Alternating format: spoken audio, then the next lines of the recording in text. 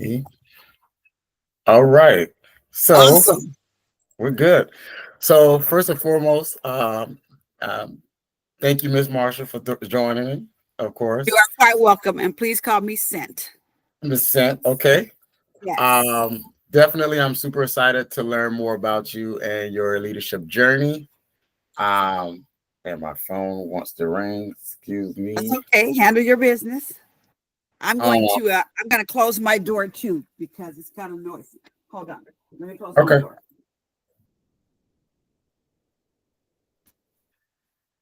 Okay. I think we're jamming. Okay. All right. So, once again, I'm definitely eager to learn about your leadership journey and insights of the CEO of the Dallas Mavericks. One, congratulations on your win Thank last you. night. So, Yes, it was sweet. It was a blowout. We needed a blowout. absolutely. So, congratulations on that. But first, I would like to introduce myself. My name is Jerome Lewis. I'm originally from Orlando, Florida, and now I'm living in Washington, D.C. I am a current PhD student at the great North Carolina A&T University, Aggie studying Pride. absolutely Aggie Pride, studying organizational leadership. I'm also a proud Army combat veteran. I also started a nonprofit called Them to Us, where I focus on bringing people together through mentorship and networking, professional networking. We've hosted events to connect professionals, promote diversity, and focus on decreasing the wage gap in marginalized communities, including women and minorities. So that's one of our local focuses. Through my nonprofit, we've also conducted global humanitarian missions to provide essential resources to orphanage children in both Kenya, Ghana, South Africa, recently Tanzania.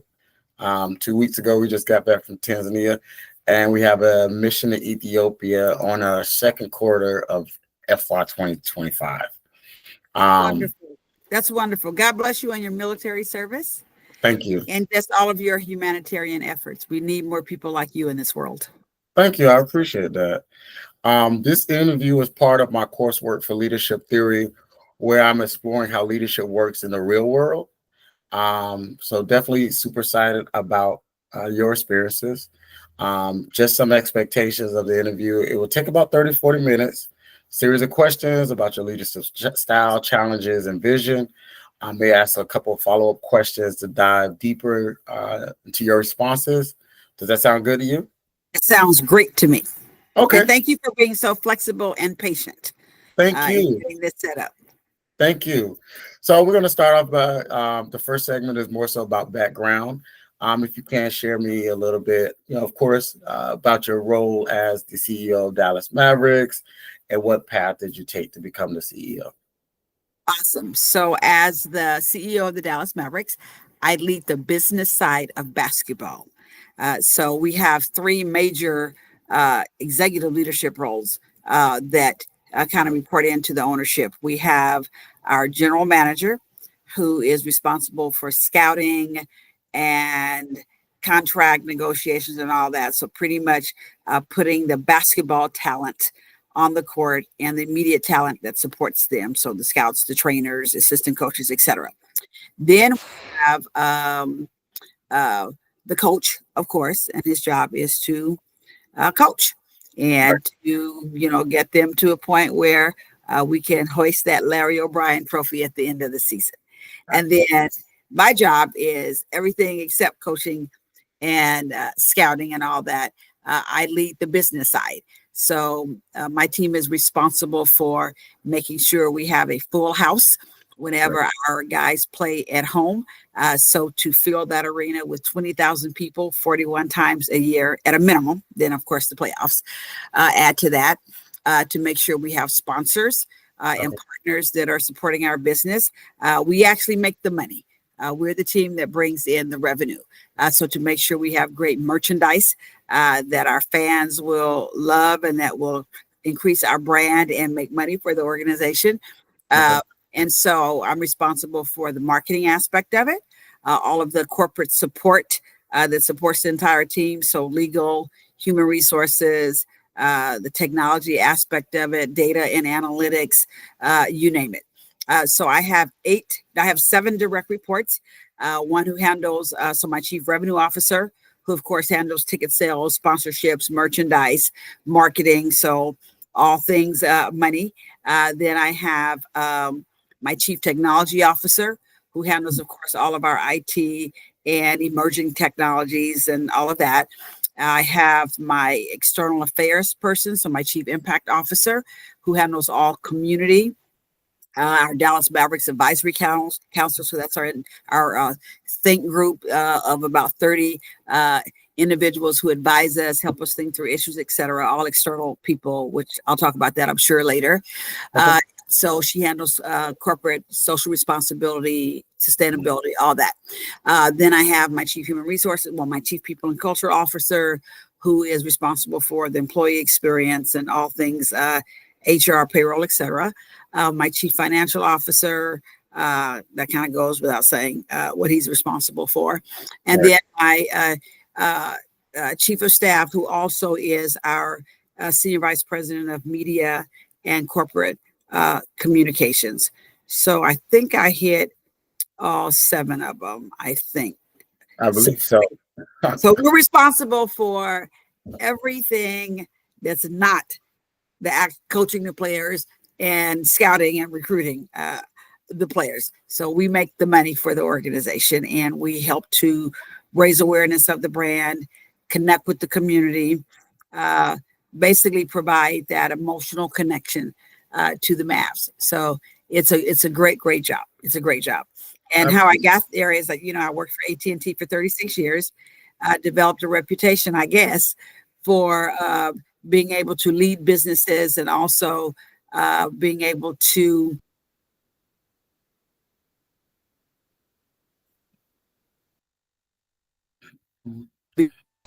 that the chairman asked to lead our kind of our effort to get on Fortune's Great Place to Work list. So we did a lot of stuff like that. And so then when Mark Cuban had a crisis, was in need of an executive leader to be the CEO of the organization, he focused on the importance of the people aspect of it and the aspect of truly being able to run a business. And so he called me. He reached out. It was a cold call, and I didn't know him. And so it wasn't like he was trying to phone a friend to help him through a crisis. He did his homework, I guess. My name came up, and they called and asked me if I want to interview with him, and the rest is history. But he focused on the people aspect of it and trying to find a leader that could help truly lead the people and learn the business of basketball all at the same time. So that was almost 7 years ago. So it worked out. Absolutely. And in reference to Mark Cuban, he's like a businessman, but a businessman with a soul. And I respect that about him. He's wonderful. He has a huge heart. And I tell people often that in the 55 minutes that I spent with him, when I went to his office that day, he truly was genuinely focused on kind of creating a great place to work for his employees. And his focus had been, on the basketball side. Everybody knows my boss is a basketball junkie. And so the business side of the house ended up in need of a leader. And he was so sincere. You could just see his heart coming through about wanting to create a great place to work for his employees. Absolutely. Were there any specific challenges or milestones that shaped you? And not just, with the Mavericks, but just, maybe at AT&T that shaped you into the leader you are today? Yes, I think so for sure. And I'll give you a few of them. The first one I think was when I started with AT&T on a fast track management program, 21 years old, supervising employees who were much older than me.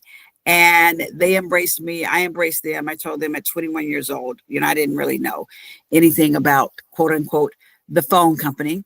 But I would rely on them to help me learn what I needed to know and to help me lead. And it was a great experience. We worked with, they were all union employees. And I've worked with union employees for many years. So the Communications Workers of America, International Brotherhood of Electrical Workers, and others. And to this day, I give them a lot of credit for helping me become the leader that I am. They taught me the value of listening to people, the value of learning the jobs of the people who the Lord had entrusted me to lead so that I could serve them better. And then the value of just truly loving them as people. And that's my leadership philosophy.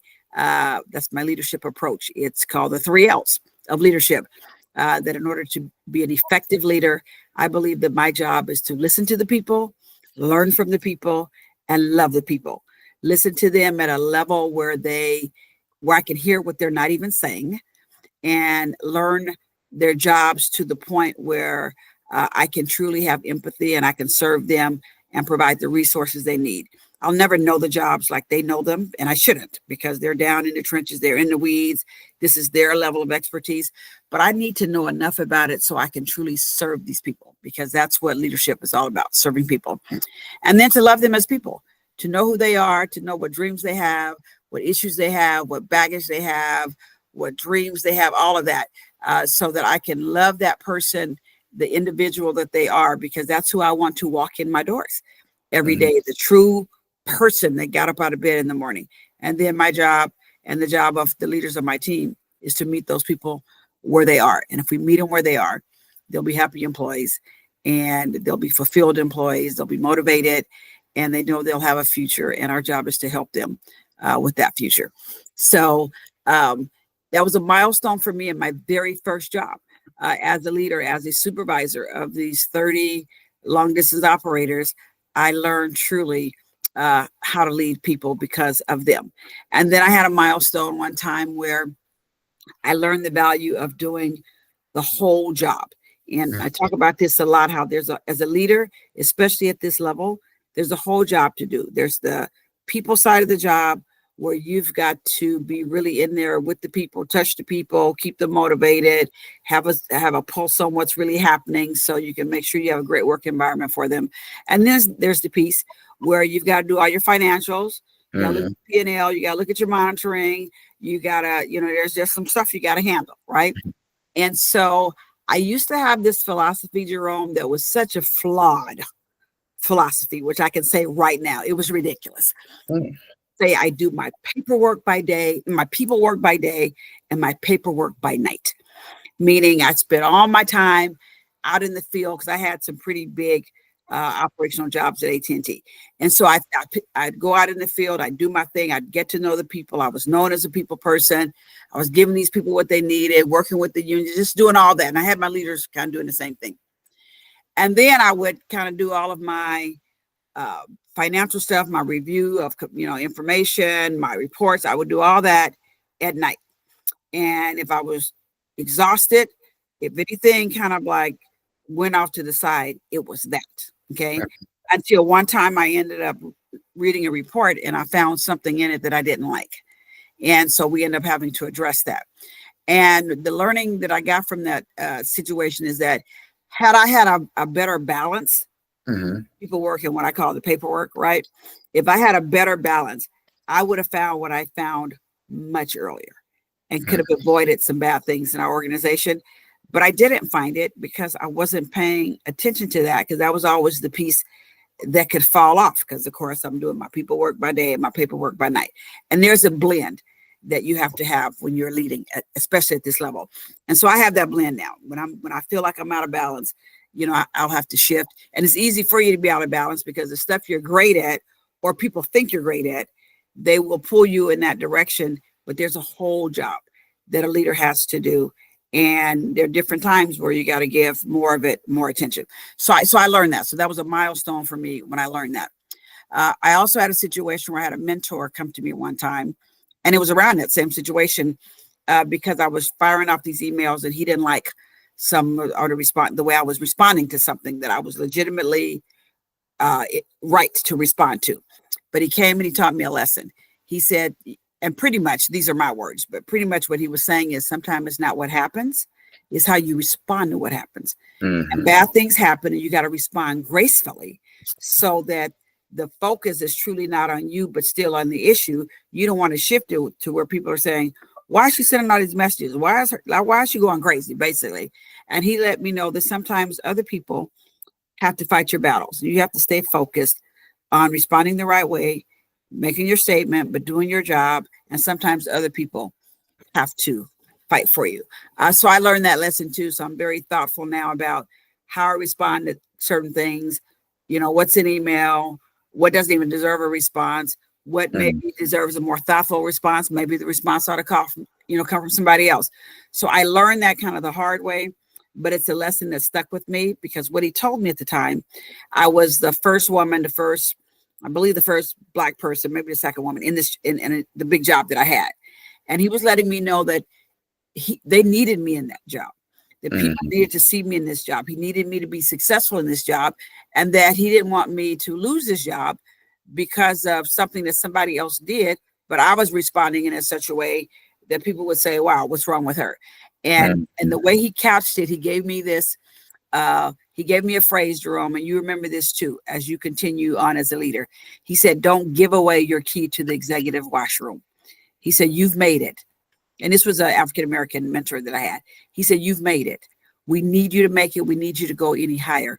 Don't do anything that causes them to want to take your key away from you. There is an appropriate response to situations. And so he taught me how to appropriately respond so that I could continue where I was. So those kind of milestones, I think, just helped me as a leader. And then, of course, when I made officer at AT&T, barely 40, I guess, that was a milestone for me because it was something I truly wasn't going after. And it just really showed me that hard work paid off and people were paying attention. And so it was a tremendous milestone that I appreciated much later after I reached it. Man, thank you for that. I'm taking notes. So if you see my head down, please forgive me. I need to learn how to write and look up. But you did mention something that as a leader, I find important myself. And I learned that when I was in the military, great leaders ask the right questions. And you say, like, in the midst of turmoil and things and happening, sometimes as a leader with your position, just asking the right question creates opportunity for that person that's subordinate to go and get to it and resolve those issues. So that kind of falls in line. No, you're exactly right, because in the situation I gave you, if I had just paid attention to that report, I could have asked a few poignant questions, got the answer, saw what was going on, but I never asked the questions because I wasn't paying attention. So I learned that the hard way. Absolutely. So mentorship, you spoke on mentorship. What are your views on organizational mentorship, career development mentorship? Like, what are your views on that? Is it something that you find important as a professional? And is it just parallel, or is it who can be your mentor? Yes, I think it's extremely important. And in terms of who can be the mentor, I think it needs to be somebody that has experience. So it's not about age. It's not about demographics, anything like that. It's about experience. You want someone who can, they kind of been there, done that, who can help you navigate. And the way I describe it, if you look at the sports world, I look at mentors as kind of like the former players, some of these trainers that they've seen a lot of different players. They've seen different different training programs. They've seen excellence. They know what greatness, Hall of Fame, all that looks like. And so they can help you play the game. They can help you practice for the game. They can help you play the game. They can help you when the game is kind of over. They're right in there helping you kind of physically, mentally, emotionally get ready and then play and then recover from the play, right? And then I look at agents as those are the sponsors where they kind of find the game that you're going into. They're the person to say you're not even in the room when they're talking, and they're going to bat for you, saying, put Cynt in, coach. Put Cynt on this team, put Cynt in that job. I think she can do a great job. Let's make this happen for her. And so I believe that both of those roles are extremely important. You got to have the person who's advocating for you when you're not in the room, but you have to you have to do the work. You've got to achieve and operate at a level where somebody wants to do that for you. Right. The mentors are important because you need people to help you see what you don't see. You need them to help you, to give you advice. You need them to help you navigate. Sometimes they might tell you, let's get this in the tool belt. Let's handle this way, because they're operating from experience. And I think you need both. You can't, what I've learned in my 43 years of leading and doing this in my professional career is that you're not by yourself. You're not an island. You truly need people to help you grow, to help you navigate, to help you make good decisions. And then you need somebody who's speaking your name when you're not in the room.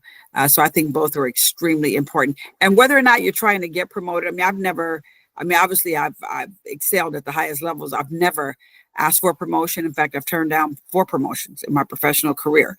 But so it's not even about promotion, because advancement is not always promotion. It's about somebody helping you navigate this career journey that you're on, and good mentors and sponsors will help you do that, and they will help you become better leaders. So I think it's critical. I agree on that. That goes to a statement I told one of my female friends. She's a major in the Army. She's my sister.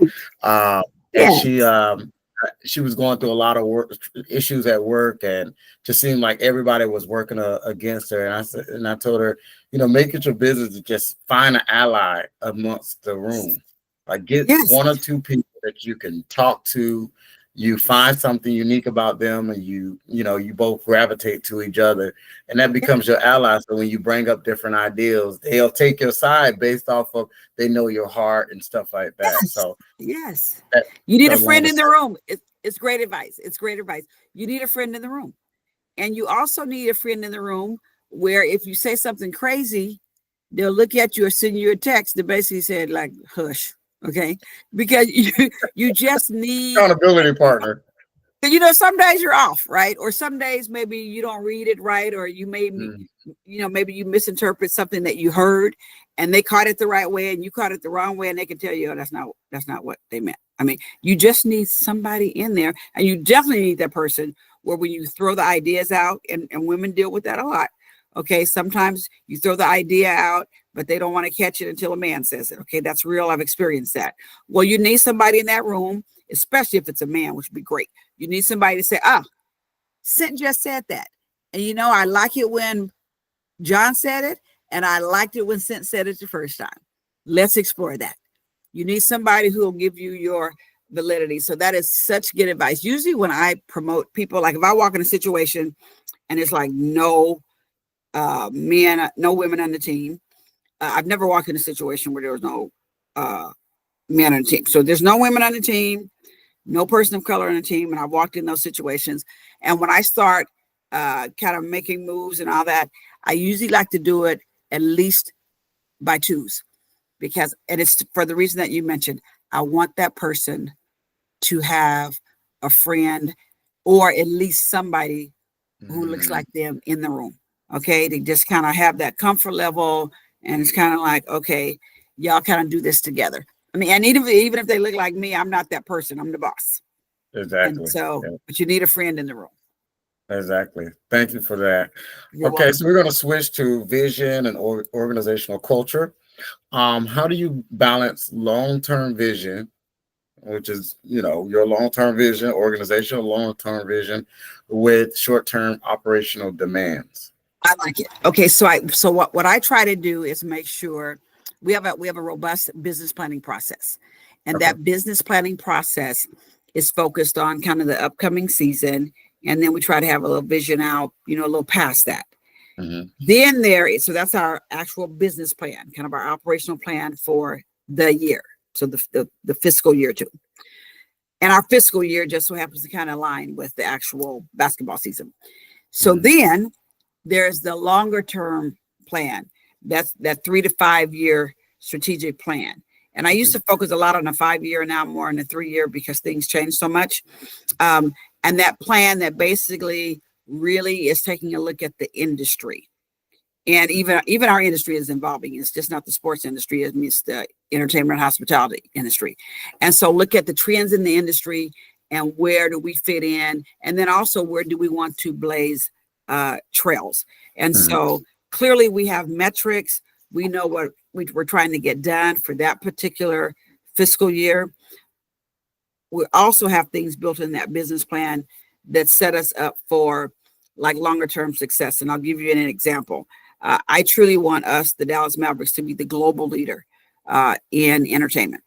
And so in order to do that, I've got to have an international strategy that's probably not going to yield me a whole lot of results this year, but 3 years down the road, I ought to see myself being branded more in other countries, more basketball courts in other countries, the increasing fan base in other countries. So right now, my strategy is very short-term focused, but it's about the longer-term international play. So you focus on both and you build a little bit of that longer-term strategy into your short-term plan. But it truly is focused on what we got to do now, because that's what most of your people are focused on. But you also have your strategic team that's, getting people to stop and look towards the future. Yeah, that's a great point. So what made me bring this up? So I have a lot of followers in African countries because I'm always there. So one of the gentlemen I seen on my story, they posted a basketball team. I don't recall what basketball team won. Mind you, they're all the way in Africa. Right. And they have the jersey on, they're running. And I'm like, wow, you get what I'm saying? Like the reach is crazy all the way over there. And it is crazy. And, we launched a couple of years ago, the Basketball Africa League. And so I'm glad you brought that up, because that's such a great example of the NBA, playing every season, doing what they need to do every season, taking our game up to a whole new level, because our league is very innovative, right? Right.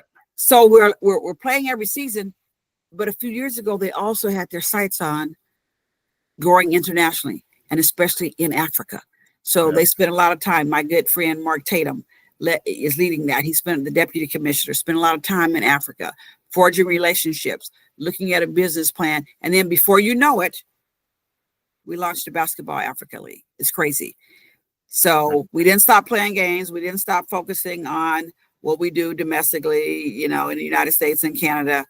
We also had that forward-looking approach. And before you know it, we were launching that Basketball Africa League. And then people are like, you're going, whoa, what's going on in there? I mean, like, you're playing like NBA games. Or playing games out there. Yeah.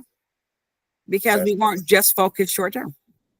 Absolutely. Well, that's something that's important to me as a person that advocate for the continent of Africa. I think it's a lot of talent, resources, people, persons.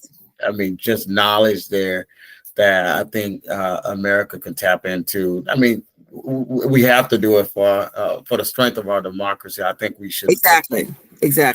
I'll have to connect you with someone on our team. She's actually one of our employees, Ivy Owino, who also they've asked her a couple of times to actually be the DJ out there for the Basketball Africa League. But she's not just a DJ. She has a wide range of experiences. She's awesome. I'll have to connect you with her because I think you would be fascinated with some of the things we are doing out there. And so I always like it when I run across people that truly have the continent of Africa as a passion. Absolutely. And we do, our current schedule is twice a year. So Ethiopia, we go in April, and then we're looking at Senegal in November. So it's April, November. We pick different countries based on the connections that we have there. It just makes it easier for me. That's wonderful. My niece and her husband lead an organization called Empower in Oakland, California, and they take people to Africa once or twice a year. Oh, wow. Yeah. And even with that, our last engagement, Ambassador Dr. Battle, the U.S. Ambassador to Tanzania, he came out and spoke, and then he forged a way for us to talk to the U.S. Ambassador in Ethiopia, as well as the African Union Ambassador. Oh my goodness, this is fascinating. I got to connect you to John Olajide. He had, what is it called? Like the Corporate Council of Africa, something like that. He is the chair of it now. Okay. And he had a big conference earlier this year. He had me actually speak at the conference. Okay, so I got all kind of people I want to connect you with. Absolutely. I'll follow up with an email. Yeah. I know you're super busy, Ms. Cynt. I know, but I got to connect you with John Olajide, Ivy, and then my niece, Ben and Janelle. Okay, I got to make those connections. Thank you. Thank you for that. Now Okay. we're going to go into the culture part. Yes. Um, are there any? I know you spoke on culture, so I'm not going to ask questions specifically to the culture you're building because you indicated that that's something that you take very serious. Yes. But what are some areas that you think you can improve on? I know you're pinning. You said you're going to retire soon. We'll see how that goes because when they announce it, everyone comes. They're like, "No, stay." I know. Well, I'm going to retire from what I consider this Act Two. So I'll retire from basketball, and Okay. then we'll see what Act Three is, because Okay. clearly it'll be. I want to have a big impact for the next 10 years, in some space that impacts you. So either education or permanence and stability for our kids. The adoption, foster care space, and all that. All four of our kids are adopted, so I have a passion for saving these kids. So we'll see what happens. But from a culture standpoint, I think the hardest thing, like when you go into a place, to do is what it was for me, is to instill a new culture while purging the old culture, because you've got to get some stuff out, but you don't have time to just wait until everything is out, because you also have to infuse a new culture. So a new vision, a new set of values, a new way of operating, all of that, because culture is everything. It's your norms, your beliefs, your systems. It's how you operate as a business, how you believe about, your belief system about all that. And so you've got to change that while purging this old belief system and this old approach and all that. And so that's what I had to do at the Mavericks. We had to do some of that when we led our Great Place to Work effort. And so the work is never done. I actually describe us as I believe we have gone from, unfortunately, at the time I walked in, not such a good place to work. Okay. In previous years, it had been a phenomenal place, but not such a great place to work, to where now I think we are a very good place to work. And I think we are still on a journey to be a great place to work, because we still have a big focus on our people leaders, helping some of these new leaders really understand how to lead, how to listen to the people, how to learn from the people, how to love the people. So that is still a journey, and I think probably always will be. But you can't give up, because every day you kind of you make progress.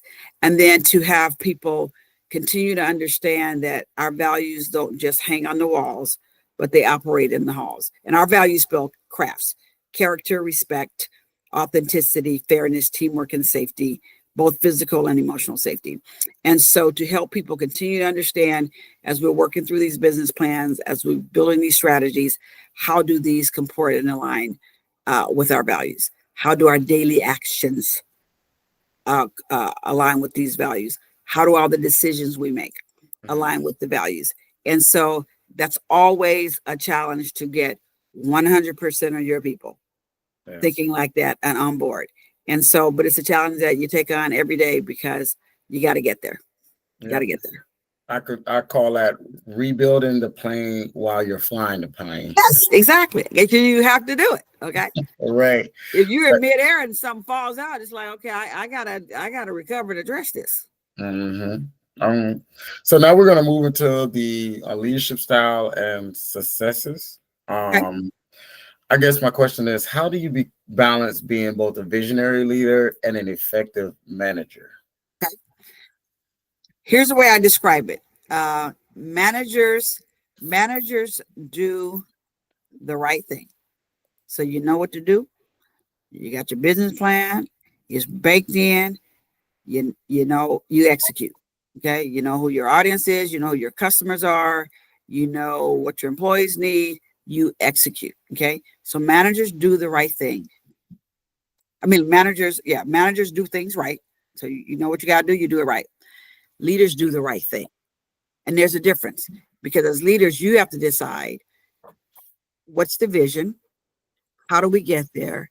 Is this the right thing for us to be doing at the time? You have people, you got managers and people that are going to do it right, but you got to tell them what's the right thing to do.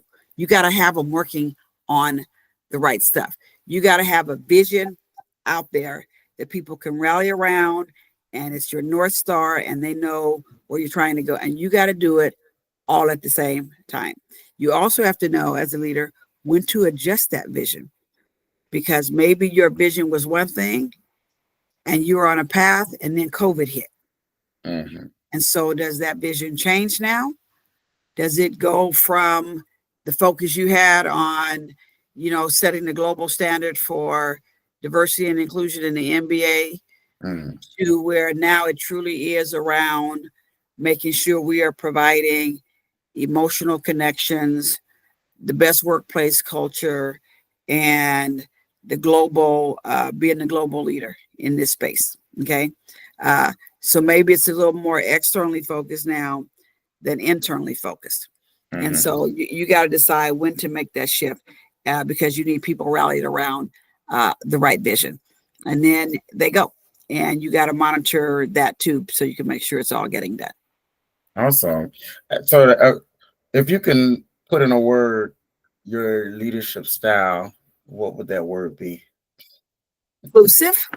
I definitely try to include all the right people. So I'm not saying everybody, but all the right people in the decisions that I make and in crafting the plan. Now, we do have everybody. We have a business plan process where everybody is involved in that, and it's over a couple month process. But I would say it is inclusive, it is engaging, and it is results oriented, Mm. because I believe you have to deliver the goods. You can't talk about it, you got to be about it. And so that's how I would describe my style. Awesome. Now, this is an off question, Miss Cynt. So, I'm in one of my classes. We have some persons that speak against DEI, and they're Black minority as well, and they speak against DEI. And then you have, I mean, it's a lot of arguments on a high level, especially in government, really against DEI. I would love to hear your opinion on DEI, and I would like to share mine if you don't mind. Okay. So, I've been obviously asked this question a lot over the past few months, and so sometimes my response catches people off guard. So I'll just kind of warn you right now. When I think about this whole issue of DE&I, okay, and I'm talking about a lot of people sometimes think Black people or people of color when they think DE&I, okay, and we know that diversity is everybody. Okay, if I had a room, I mean, I've had this before where, my HR person had all women on the team. And at one point we were on a call and it was mostly Black women. I'm like, where's your diversity? Where's demand? Okay, where's that, male thinking in this space? Where are the white people, your Asian people? We kind of like need everybody in the mix here, especially in this space in our business, right? So it's for everybody. But we didn't create this term, okay? And I remember back in 2015 when the chief diversity officer, my good buddy, was leaving to go to another job. And the chairman decided that I was going to take on that role along with the other really big job that I had. Okay. He just felt like I was the perfect person, but I also had my other big job. So we made it work. Okay. But I remember when I was transitioning with her, and so she was describing to me what she was doing, and she says, "Cynt, you just need to know it's called D&I." So the E wasn't in there at the time. And I said, "Well, what is that?" And she goes, "Well, diversity and inclusion. And that's kind of what it's called in the space now." And she described it all to me. I said, "Well, why is it called that?" And so she went on and described, well, it was these, a lot of it was the women really want to be at the table, because in corporate America, there were very few women and blah, blah, blah, blah, blah. And the big focus, she said at the time, was a lot on white women, but also people of color. I'm like, okay. I said, well, that kind of, I don't like labels. And that's me personally. I just don't like that. And so the way I describe it now, so the reason I bring that up, because now I'm taking people back to that time. I said, and somewhere the E got in there, but we didn't even create this. So we're all upset that people are trying to take a label away, because that's what it is. Now we know it's deeper than that. Okay. But I'm gonna start with the label. So we're upset that somebody's trying to take a label away and we want to hang on to it. So we want to hang on to the D&I titles. We want to do all that. What I want to focus on is the bigger issue, because I don't care about the D&I label. I remember when somebody created all that stuff, it wasn't even for us anyway, for the most part. Okay. Where I was. I said, I want to focus on the real issue. The real issue, and it's what I personally call the fee for engagement, FEE. This is about fairness, it's about engagement, and it's about equality. So if I were to just talk to you in simple terms like that and ask you a question, Jerome, do you think we should be unfair to people in the workplace and in society? You would say no. If I said, Jerome, do you think it's important to have all your employees engaged, to have all your society engaged, to have people all rallied together so that we can all be better and contribute more to this world? You'd say, yeah, I want people engaged. If I said, do you believe we have a fundamental right to equality based on the Constitution? You'd probably tell me, yeah. I mean, there's some people who say no, but you'd probably tell me, yes. That's all we are talking about. It's fairness, engagement, and equality. You call it D&I, you have the label, you do whatever you need to do. I'm just talking about being fair to people, fair to the process, providing equality, equal access to opportunities, and having everybody engaged. To me, there's nothing wrong with that. And that's what I'm going to do in my business. You call it whatever you want to call it. I'm going to operate a business like that because my 43 years of leading and achieving great results, that's the foundation of it. That's how I lead. And I'm not changing that because there's a proven track record of being fair to people, engaging everybody, and providing equal opportunity that makes us better. It makes my business better. And I got the results and the dollars and cents to show you. That's it. You call it whatever you want to call it. Give you 2 snaps, Miss Cynt. I gotta give you 2 snaps. and then what I do is lead with inclusion. I don't focus on diversity. It's about inclusion. It's about including everybody. And you've probably heard this. I talk about diversity sometimes is about counting numbers. I don't care about that. Inclusion is about making the numbers count. What am I going to do with all these people that I got to the table? Am I going to just like have them there, but not really listen to them and have them count in the whole process? I can count numbers, but then get the people to the table and not even let them talk. Okay. I'm not going to do that. Diversity is about the ingredients. Well, so what? I got all the ingredients here. But inclusion is about the recipe. How am I going to mix all that together and really make something good? Really make that sweet potato pie taste like a good sweet potato pie? Because I got enough butter, I got enough cinnamon, I got enough nutmeg, I got enough of what I need, and I'm a sweet potato pie maker. Okay, so what? I got the ingredients on the cabinet. If I don't have the recipe and then know what to do with all that, okay? Sure. Diversity is a fact. Inclusion is a choice. I can choose to include you or not include you. And then, of course, we know the famous line, diversity is being invited to the party. Inclusion is being asked to dance. So what? I invite you to the party. I invite you to sit at this table. I invite you in here with all of us, but I don't teach you the rules. I don't teach you the dance steps. I definitely don't want your moves. I just have you sitting here. So I do this big, and you've probably seen it online. I do this big lesson about diversity and inclusion and about leading with inclusion. And I ask people, how many of you know how to do the Cupid Shuffle? Okay. Have you seen that online? Have you seen me do that online? Yep. Okay. And then a lot of people in there who don't look like us don't know how to do the Cupid Shuffle. And then I say, okay, how many of you do know how to do the Cupid Shuffle? And sometimes it's a diverse group. So I invite them all to the stage.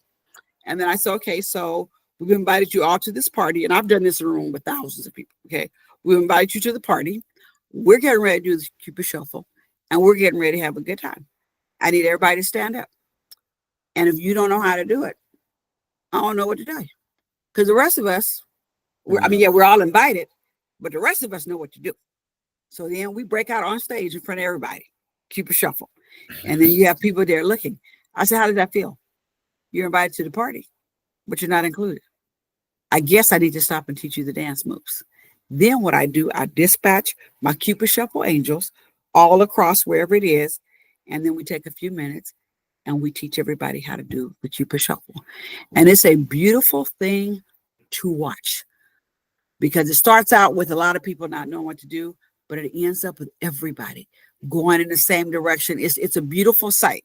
And then I do a debrief and ask people, what did it take for you to learn how to do the Cupid shuffle? Because some of you said you weren't even good dancers, blah, blah.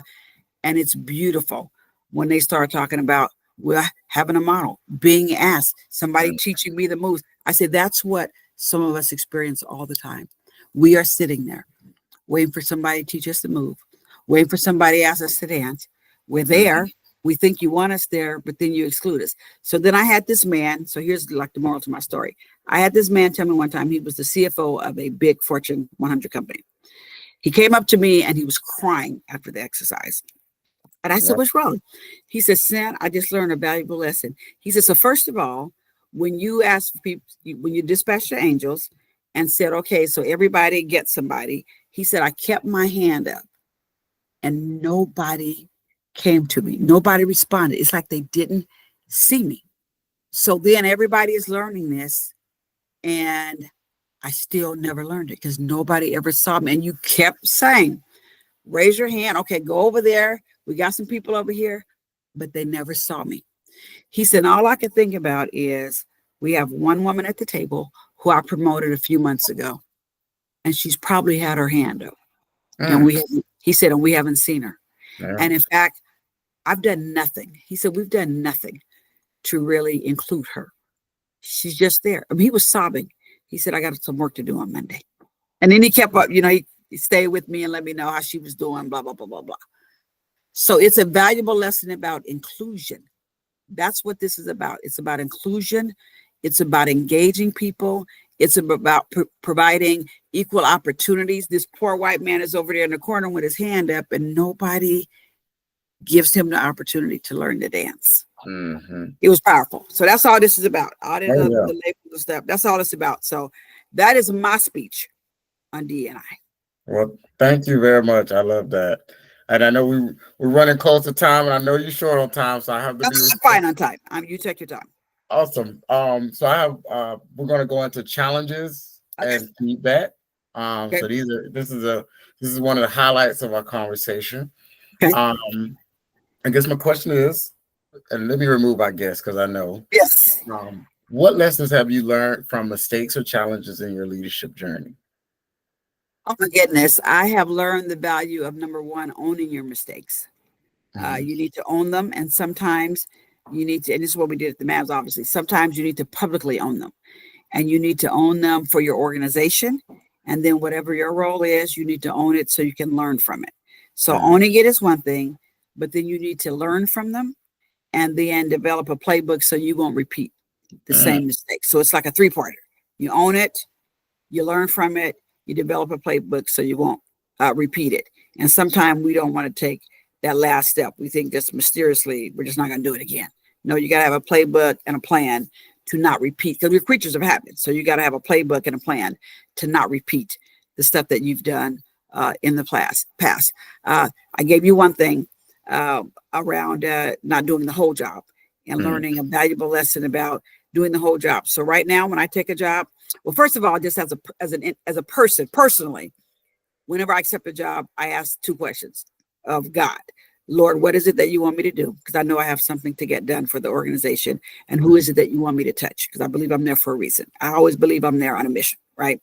So once I get those two questions kind of out of the way and get clarity around that, then I really get clear about what is the expectation of me from my boss or the board in that job, so I can deliver on that. And so I like to get real clear about that, because the times that I haven't, I've been off on a path, and that's not ultimately what I was meant to deliver. So I've learned the value of stopping and always checking in to make sure that I'm aligned and I'm focused on what I'm truly supposed to be delivering ultimately for the organization. Absolutely. Now, I'm switching gears a little bit. So I have in my cohort, I have a lot of beautiful, brilliant Black female PhD students. Awesome. Share class with. And I also have a lot of, I call them boss female friends who are, they're paving a way across different industries. Awesome. And I'm definitely going to share this with them. Um, so this two-part question is: what are some unique challenges that you face as a Black female CEO compared to white male CEOs, and what advice would you give other Black women aspiring to be in senior leadership roles? Okay, so some of the unique challenges, and I actually wrote a book called You've Been Chosen, and I mentioned this in my book.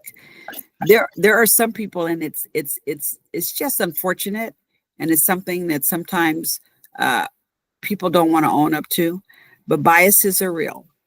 And there are some people, and I have experienced this, so nobody can like tell me I'm wrong. I've experienced this, that there are some people who just think when they walk in and they see a Black woman as a CEO, that she's just fundamentally dumb and dishonest.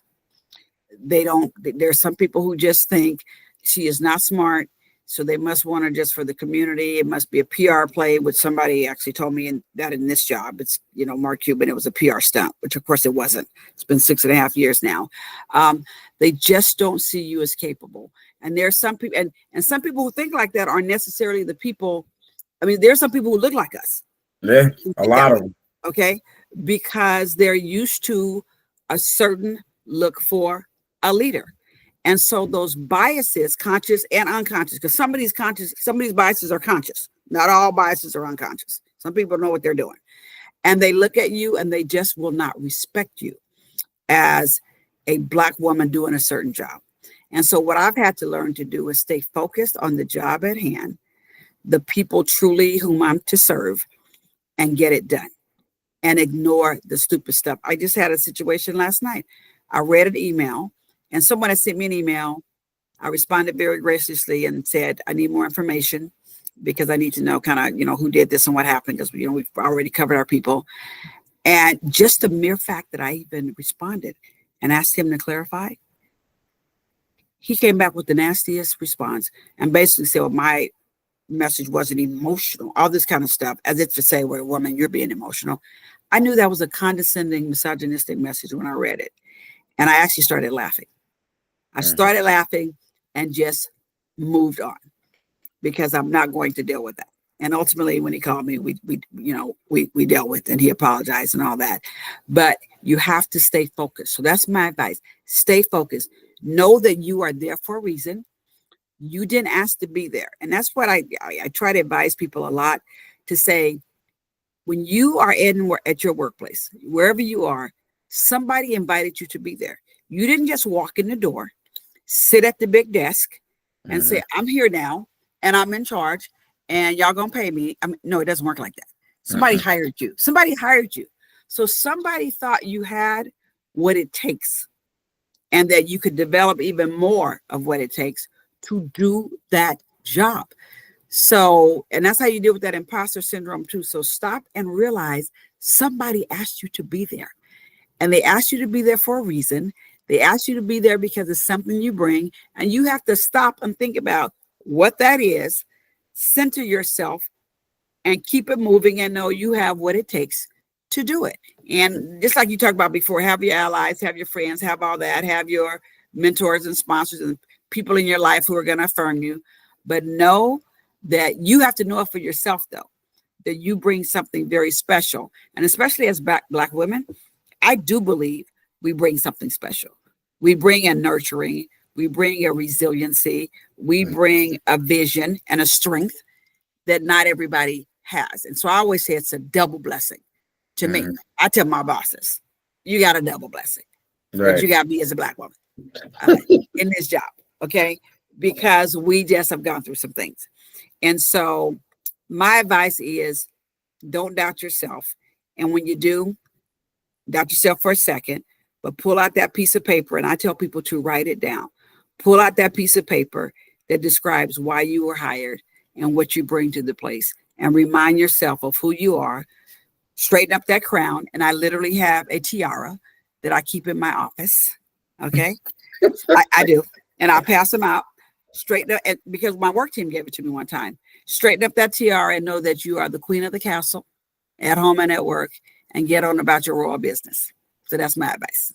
Absolutely. And I encourage that. And that kind of speaks on this last question of this segment, which is feedback. I'm pretty sure you've received some feedback. Would love to hear your viewpoint on that. Of course, um, for me, I have friends. Sometimes they they don't take the feedback the way it should be received. Like I'm just coming from a good place. How do you deal with it? What feedback have you received, and how did you implement it in improving your leadership style and effectiveness? I love it. Just like the feedback that I got about uh, how I was responding to a message. I Mm, didn't like it at the time. I told the gentleman, "Thank you very much, but you can leave my office right now." I mean, so I didn't like it, but I responded to it, and he was right. And then I called him later, and I'm still talking about it 30 years later. He was right, and I love him. I'm glad he stopped and gave me that feedback. He actually drove 90 minutes to come to my office to give me that feedback, unsolicited. And I'm so glad he did. I'm so glad he loved me enough to do that, because you don't know what you don't know. Okay. And he had the experience, and he just didn't, it wasn't coming off right, but I wouldn't know that if he didn't tell me. Feedback is a gift. It mm, truly is a gift. And like any gift that you get, you'll open it and you'll say, "Oh, this is wonderful." And you like it. And you figure out how you're going to use it or where you're going to put it. And then sometimes you might open it, like when the kids would give me something, I'm like, okay. And you could decide that you're going to still smile and be happy for the gift. But then you just decide how you're going to use it. Is it practical? Is it really for you or whatever? But you need sometimes people to help you process that because you have blind spots. But it is a gift. And I try to take it as a gift. And I also try to encourage it.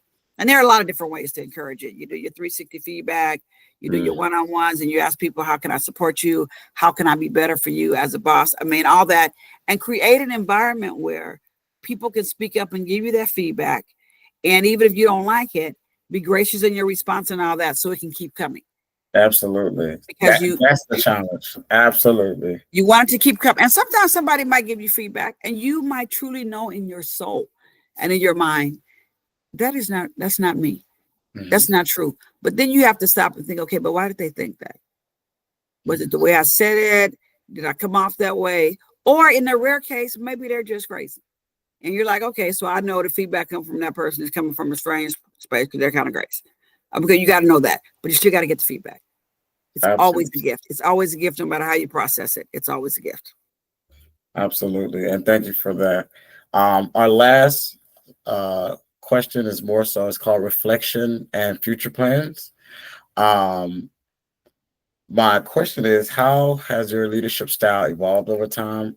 Um, Especially in you said take two, especially during take two. How have it revolved that is noticeable within yourself? What can you note?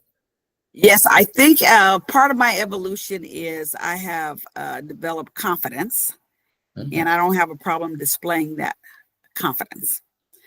Believe it or not, when I was a younger leader, I know it's going to be hard to believe, Jerome, but it's so true.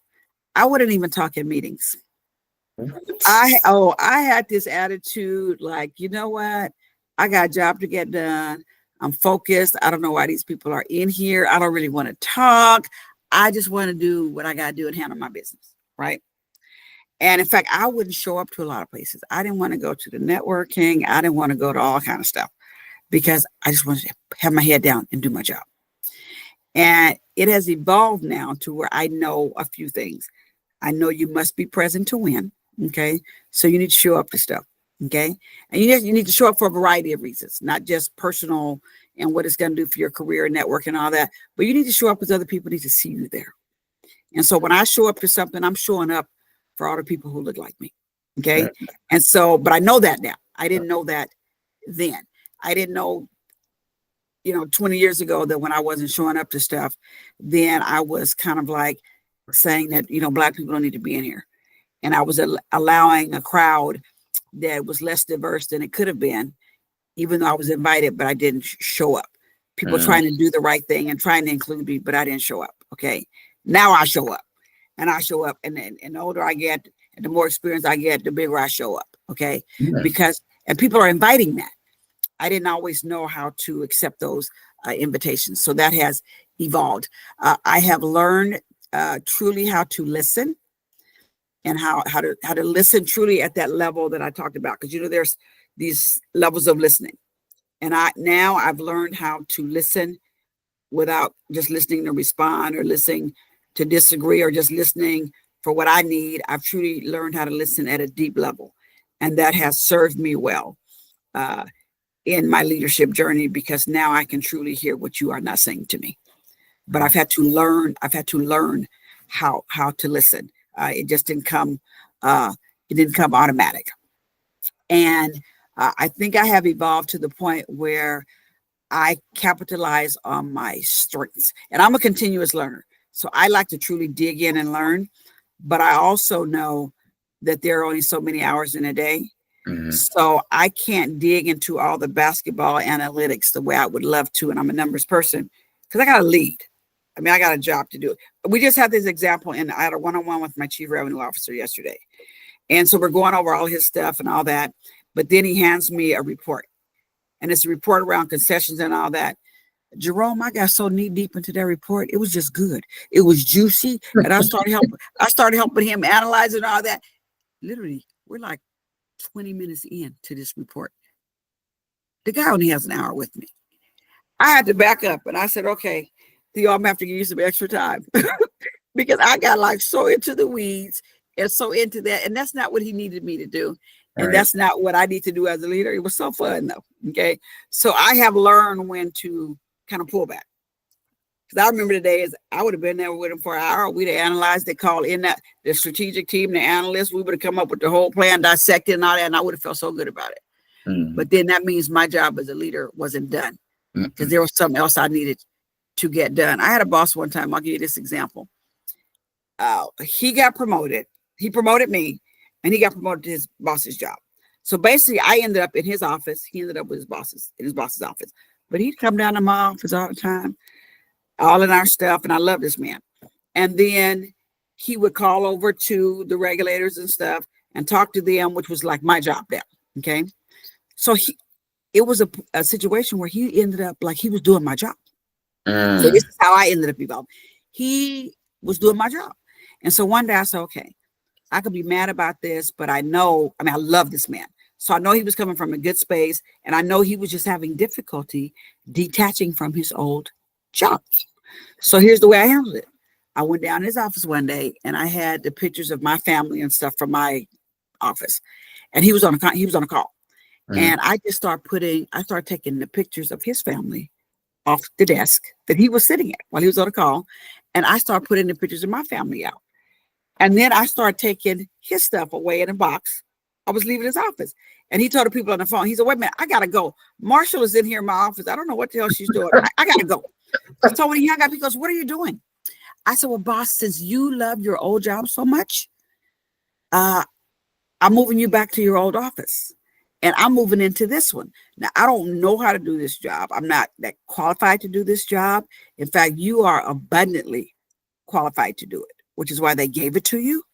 But you're choosing to do your old job because you're going to be down there in the weeds. And I'm okay with that because you were fabulous at your old job, which is kind of how you got this job. And even though I don't really know this job, I'm going to figure it out because somebody needs to lead. Mm-hmm. Somebody needs to do this job. We need somebody doing this job. We don't need two people doing that one. But you want that one because you love that one. And I'm going to do this one. I'll figure out who's going to help me do it.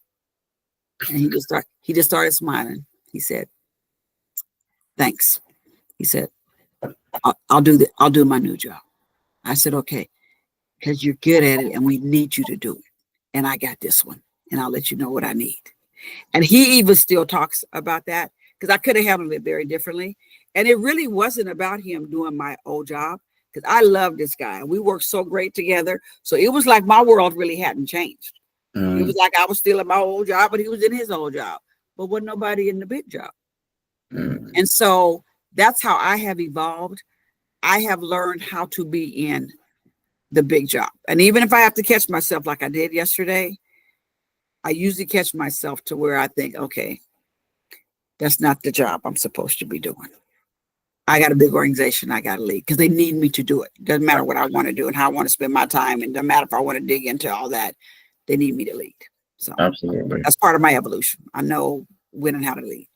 Yeah, some people take it the negative way when someone's overreaching from where they're supposed to be at into their job, and they take it super personal. Oh, you don't feel like I'm qualified, or oh, you're micromanaging, and maybe they just haven't learned to do their let go and Yes, have confidence. yes. So And that's what I try to do. I really do try to come from a place of um and I learned this years ago as a leader. It was in some training that I got, and it's called assume innocence. And I've learned how to truly it's second nature, but I also have to practice it a lot because it's easy not to do it. Is to assume innocence. Just truly assume that there's an innocent motive. The person is coming from a good place, and try to figure out a good strategy. And usually I like to figure out a fun way to do it because I like to have fun. And that's when I came up with the whole thing about the swapping out the pictures in the office and all that. Just figure out, because if you think the person is coming from a good place, you're going to come from a good place and figure out how to handle it. Now, on the rare occasion where I give you the benefit of the doubt that you're coming from a good place, and then you proving to me that you're not coming from a good place, then I can handle that too. I got an alter ego. My middle name is Janelle. Don't wake up Janelle. And I tell all of my bosses, all the people I work with, there is an alter ego, and her name is Janelle. She way back in the playground. In fact, when she got baptized, she was left in the pool. Okay, she's way back in the background, in the playground. Mm-hmm. Do not invite her to come out to play. Let her stay back and do what she's doing, because she's crazy. So let's just everybody get along, do what we need to do. Because if you insist on mistreating me, if you insist on harming the culture and harming the people, if you just absolutely will not respond to Cynt and will not respect Cynt, Janelle is coming out to talk to you. Y'all want Janelle to stay in the back of the playground. Absolutely. So on the rare occasion when Janelle has to come out, she will come out. And literally, I explain this to people just like I'm explaining to you, so then I can handle it in a fun way. And I will say, Janelle is feeling like she's being invited to come out to play. Is that what y'all want?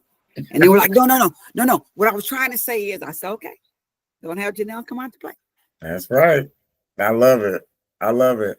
So people need to know that you don't play. Don't let the smile fool you. Don't let, just because I'm trying to get along, I'm trying to assume innocence, we're trying to do all of this, that I can't check you if you disrespect me or my people, because it's some stuff I'm not putting up with. And that's what needed to be said right there. Having the ability to know when to go in what direction. And it's very rare, but you need to be able to do it. Thanks. My last question is, okay, what's next for you? Coming up on 7 years, looking to retire from this Act 2. What's next for you? How do you take all of this leadership, growth, education, experience, knowledge, and continue to make the world a better place? What's next? Do you feel like is on the horizon? I love that question. You're so good at this. Oh my goodness. Thank you. Okay, so I'm gonna call you Dr. Jerome. I just feel like you already got that PhD. I appreciate that.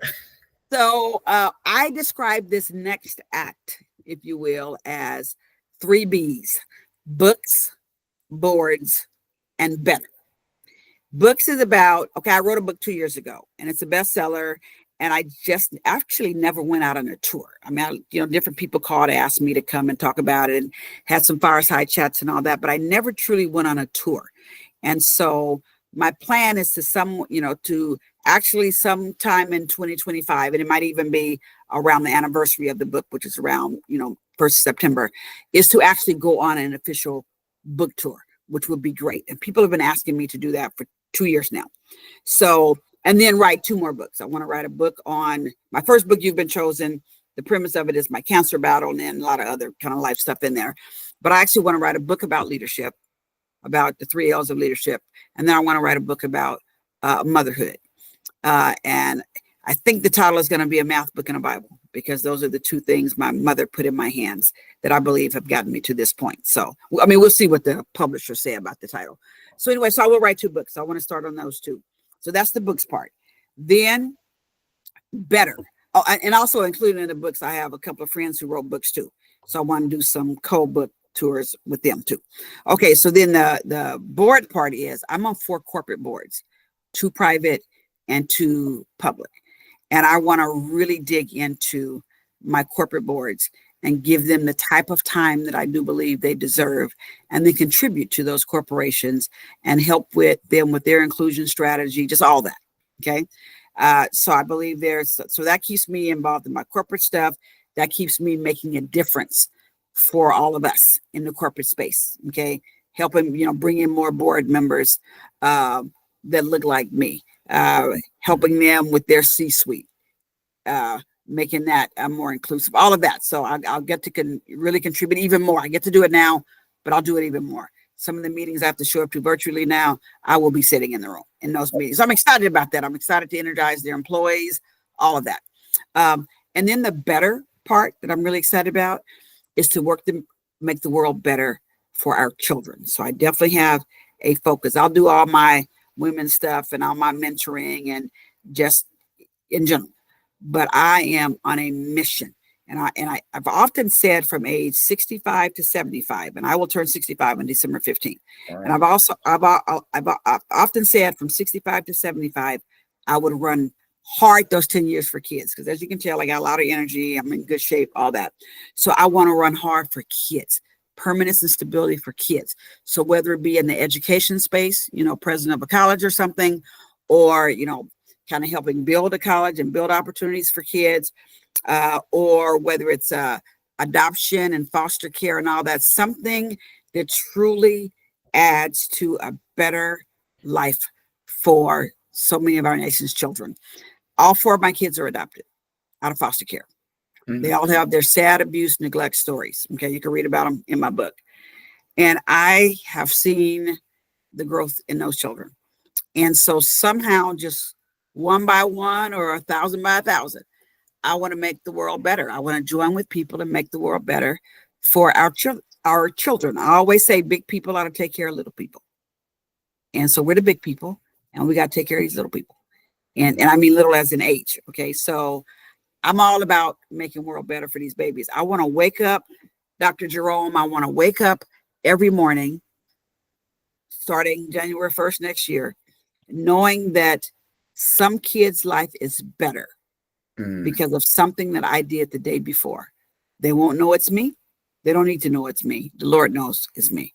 But I want my hands and my heart and my head to have done something the day before to make a kid's life better when they get up in the morning. And that's what I want to do for the next 10 years. And we'll see exactly what the Lord puts in my path to say, okay, this is how you will do that. And I got all kind of offers and stuff that have been coming to me. So I need to just breathe for like 90 days. But we'll see what that better actually looks like. So I'm excited. Absolutely. I think a good strategy, I'm a planner by trade, so a project manager by trade. So I think a good strategy would be to launch another leadership book and then go on a college tour with the team reaching out to like PhD, school of business, school of PhD, so that you'll be one of the speakers, talk about your book, and the next thing you know, it's a segue into you becoming the president of a school. Okay, I like it. So I like it. Any type of help you need with that, definitely I can support you. Any final words? I know my team, my cohorts is going to watch this video. So any final words that you want to give to the people that are watching? To the people that are watching, I want you to know that I am depending on you. I believe, despite, all the stuff that's going on in this country, I believe our future is actually in good hands, because those hands are right in front of me on this video. Those hands are the hands of Dr. Jerome and all of you. I believe that y'all get it. You are pursuing higher education because you want to make a difference. You understand technology. You understand different cultures. You understand that we are bigger than just us in the United States and what we're doing here and all that. You get it. And you get a lot of stuff that, frankly, we didn't get, for like my age group. I'm relying on you guys. So whatever I can do to provide some wisdom, some guidance, I am right here for you. but know how important you are and that I am relying on you. Good luck pursuing your PhD. Well, actually, you don't need luck. You're already blessed. You just need people who will support you and make it happen. And you can count on me. I'm one of those people, and I know a lot of people who want to support your efforts. So go and change the world, and we'll help you do it. That's it. Absolutely. Absolutely. Well, Miss Cynt, I do want to leave you with some words. First of all, I appreciate you for taking the time to meet with me. This is such I'm so grateful for this opportunity, and you definitely shared so many things that I'm gonna have to take days to digest this entire conversation. So I appreciate that. But I do want to leave you with the one note that I pray that you have energy. I pray that God gives you support and He continue your vision. I pray that He gives you focus, especially not one more year, but I think what you do after that is going to be super impactful. And I also pray that your tenacity and your resolute mindset, the things you've been through, the experiences you had, you share those with people like myself. Because I think that is you breathing life into the next generation, and we carry on this cross that you've carried throughout your professional career. So I appreciate this once again. Look forward to working with you in some capacity and continue, supporting our community and what we do and being that person at the table. But I definitely want to share that I appreciate this, and I'm glad my persistency made it through. I am too. I am too. God bless you, my brother. God bless you. The Lord put us together. God bless you. And I receive that prayer. Thank you. Thank you. And I will share with you my report, my write-up and my viewpoint, and as well as this video Awesome. in the next couple of days. But thank you very much. Wonderful. Thank you. God bless. God bless and have a good day. You too. Bye-bye.